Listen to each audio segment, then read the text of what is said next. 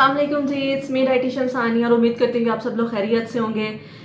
तो जनाब, आज की जो वीडियो है वो बहुत ही ज़्यादा एक कॉमन इशू पे है। कॉमन इशू, यहाँ पर मैं वर्ड यूज़ करी कॉमन इशू, क्योंकि ये कॉमन हो गया हुआ है और वो है इनफर्टिलिटी, मेल्स में भी और फीमेल्स में भी। ठीक है, इनफर्टिलिटी के दो बहुत सारे फैक्टर्स हो सकते हैं। फिजिकल फैक्टर्स हो सकते हैं, फिजियोलॉजिकल फैक्टर्स हो सकते हैं। ठीक है, लेकिन इसके अंदर जो मैं जिस फैक्टर को डिस्कस करूंगी वो न्यूट्रिशन रिलेटेड फैक्टर होगा कि न्यूट्रिशन और इनफर्टिलिटी, न्यूट्रिशन कैसे जो है इनफर्टिलिटी को कम करने में हेल्प आउट करती है। तो यहाँ पर मैं यहाँ पर एक बात करना चाहूँगी कि जब मैं यहाँ पर इनफर्टिलिटी की बात करूँगी तो मैं सिर्फ फीमेल्स को ही नहीं कहूँगी, बल्कि मैं मेल्स की भी बात करूँगी। दोनों में ही प्रॉब्लम्स की वजह से, कमियों की वजह से फर्दर फर्टिलाइजेशन नहीं हो रही होती है और वो इनफर्टिलिटी की तरफ चले जाते हैं।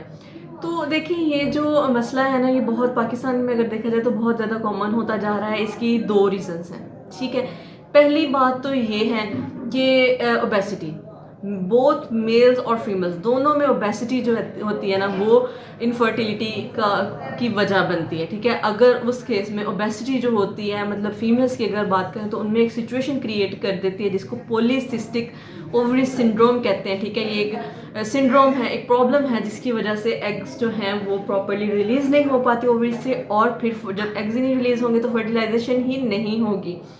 तो ऐसे केसेस में अगर डाइटरी मैनेजमेंट कर ली जाए, फिजिकल एक्टिविटीज़ को थोड़ा बढ़ा दिया जाए, वेट लूज कर लिया जाए, तो डेफिनेटली इनफर्टिलिटी से आप लोग फर्टिलिटी की तरफ शिफ्ट हो सकते हैं। एक चीज़।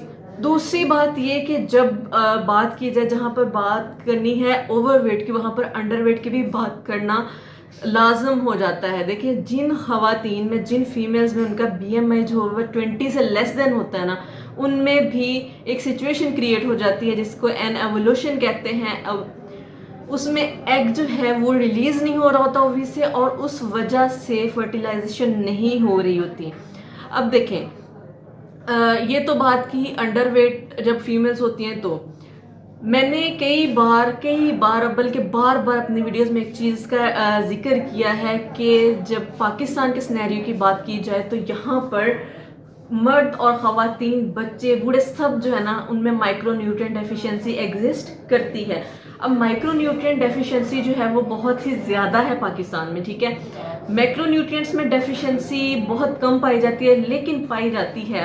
अगर हम प्रोटीन्स के केस में देखे जाएं तो फिर ये भी एक कमी पाई जाती है। लेकिन यहाँ पर मैं बात करूँगी कि मैं क्यों माइक्रोन्यूट्रिएंट्स के ऊपर इतना फोकस कर रही होती हूँ। क्योंकि देखिए, जो हम विटामिन डी है, सिंपल एग्जांपल इनफर्टिलिटी के से रिलेटेड ही मैं बात करूँगी आज। विटामिन डी जो है वो बहुत ही ज़्यादा इम्पॉर्टेंट चीज़ होती है मेल्स में। वो स्पर्मेटोजेनेसिस जो होती है उसको क्रिएट करने में उसको हेल्प करती है। ठीक है, इसके अलावा कैल्शियम भी स्पर्मेटोजेनेसिस जो है, मतलब वो प्रोसीजर जिसके थ्रू स्पर्म्स बन रहे होते हैं मेल्स में, उसको एक तो अच्छे तरीके से होने में हेल्प करती है, और फिर वो फर्दर जो है, उससे आगे फर्दर जो है वो फर्टिलाइजेशन जो है वो होगी। लेकिन अगर मेल्स में विटामिन डी की डेफिशिएंसी है और कैल्शियम की डेफिशिएंसी है, तो जब दोनों चीज़ों की डेफिशिएंसी आएगी तो फिर ऑब्वियसली उनके अंदर स्पर्मेटोजेनेसिस का प्रोसीजर नहीं होगा सही तरीके से, और फिर फर्टिलाइजेशन भी नहीं होंगी। तो यहाँ पर मैं हमेशा एक चीज़ की जिक्र करती हूँ, आयरन और जिंक और आयरन जो है वो ये दोनों बेसिक न्यूट्रिएंट्स हैं जो कि लाजमी चाहिए होते हैं, चाहे वो मेल है चाहे वो फीमेल है। इसके अलावा फोलिक एसिड जो है वो डाइटरी सप्लीमेंट के तौर पर इसको इस्तेमाल करना चाहिए प्री कंसेप्शन पीरियड में। मतलब अभी अगर आप लोग सोच रहे हैं कि आप लोगों ने फर्दर जो है वो जो है कंसीवमेंट की तरफ जाना है, तो उससे पहले का जो पीरियड होता है उसमें आपको चाहिए कि आप फोलिक एसिड का जो है वो इंटेक लाजमी रखें, आयरन का, जिंक का लाजिम इंटेक रखें। क्योंकि देखें, यहाँ पर मैं एक और चीज़ यहाँ पर मेंशन करना चाहूँगी कि अगर जो है वो ऐसे केसेस में अगर आप ऑलरेडी माइक्रोन्यूट्रिएंट डेफिशिएंट है, फर्टिलाइजेशन हो भी जाती है, न्यू बॉर्न होगा, जो आपका जो बेबी होगा, वो उसके अंदर बहुत सारी डेफिशिएंसीज एग्जिस्ट करेंगी। मैं बार बार बात करती हूँ फोलिक एसिड की। फीमेल्स के लिए फोलिक एसिड बहुत ही ज़्यादा ज़रूरी होती है, उनको लाजमी लेना चाहिए। और प्री कंसेप्शन पीरियड से लेकर उनको डिलीवरी तक, इवन डिलीवरी के बाद भी लेना चाहिए। पूरा उनको जो उनका प्रेगनेंसी का ड्यूरेशन है उसमें वो लेना चाहिए, क्योंकि फोलिक एसिड जो है वो बेबी की न्यूरल ट्यूब जो है उसको बनाने में हेल्प करता है। और अगर न्यूरल ट्यूब बनने में कोई डिफेक्ट आता है तो ऑब्वियसली बेबी का जो ब्रेन है उसमें डिफेक्ट आएगा। तो दो फर्टिलाइजेशन हो भी जाए ऐसे केसेस में, जब आप मेल और फीमेल दोनों माइक्रोन्यूट्रिएंट डेफिशिएंट हैं, तो उनके जो बेबीज हैं उनके अंदर बहुत सारी प्रॉब्लम्स आएंगी। और यही चीज़ है, अब अगर मैं यहाँ पर कंपैरिजन करूँ पहले वक्त का और आज के वक्तों का, तो पहले दौर में अब आज एजेड लोग थे उनकी भी नज़र कमज़ोर इतनी नहीं होती थी, लेकिन अब छोटे छोटे बच्चों की भी नज़र कमज़ोर है। क्यों कमज़ोर है? क्योंकि उनके पेरेंट्स में ऑलरेडी विटामिन ए की डेफिशिएंसी एग्जिस्ट कर रही है। जब ऑलरेडी वो विटामिन ए डेफिशिएंट हैं तो फिर हम ये कैसे इमेजिन कर सकते हैं कि उनका जो बेबी होगा उसके अंदर विटामिन ए जो है वो सही से होगा, उनकी जो नज़र है वो बिल्कुल ठीक होगी।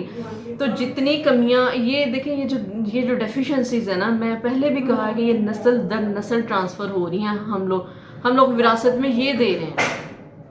तो यहाँ पर इनफर्टिलिटी का और न्यूट्रिशन का बहुत ही ज़्यादा रोल है, ठीक है, फीमेल्स में भी मेल्स में भी। ठीक, अगर तो अंडर न्यूट्रिशन है तो ऑब्वियसली जो मैंने बात कही है कि एग रिलीज नहीं होगा, जब एग रिलीज नहीं होगा फीमेल ओवरीज में से, तो फिर फर्टिलाइजेशन का तो सवाल ही नहीं पैदा होता। और अगर मेल्स अंडर नरिश्ड हैं तो उनमें स्पर्मेटोजेनेसिस जो है उसका वो प्रोसीजर ठीक से नहीं होगा। जब स्पर्म्स ही हेल्दी नहीं होंगे तो हाउ कैन वी इमेजिन के जो वो स्पर्म है वो एग को फर्टिलाइज कर देगा, या फिर जो बेबी होगा वो हेल्दी होगा।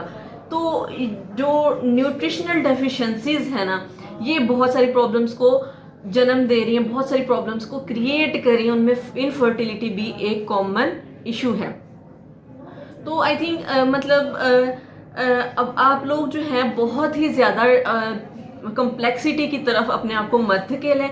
मतलब अगर अगर आप लोग फील कर रहे हैं कि इनफर्टिलिटी आप में एग्जिस्ट कर रही है, मतलब आपकी शादी को कोई 5-10 साल हो गए, आपके घर में भी कोई बेबी नहीं है, तो इसका मतलब ये नहीं कि अपने आप को मतलब आपने कम्प्लेक्सिटीज़ की तरफ पुश कर देना है। नहीं, आपने अपनी माइक्रो न्यूट्रिएंट जो डेफिशिएंसीज हैं उनको कवर अप करने की कोशिश करनी है, और विटामिन डी का इंटेक अच्छा करना है, जिंक, फोलिक एसिड और कैल्शियम। और मैं बार बार बता चुकी हूँ कि ये कौन कौन सी फूड्स में अच्छे से आपको मिल जाएगा, और ये सारे न्यूट्रिएंट्स आपको सप्लीमेंट्स के तौर पर भी मिल जाएंगे। सप्लीमेंट भी आप इनका ले सकते हैं, और सबसे बेहतरीन चीज़ जो ये है कि आप उसको थ्रू डाइट्स लें।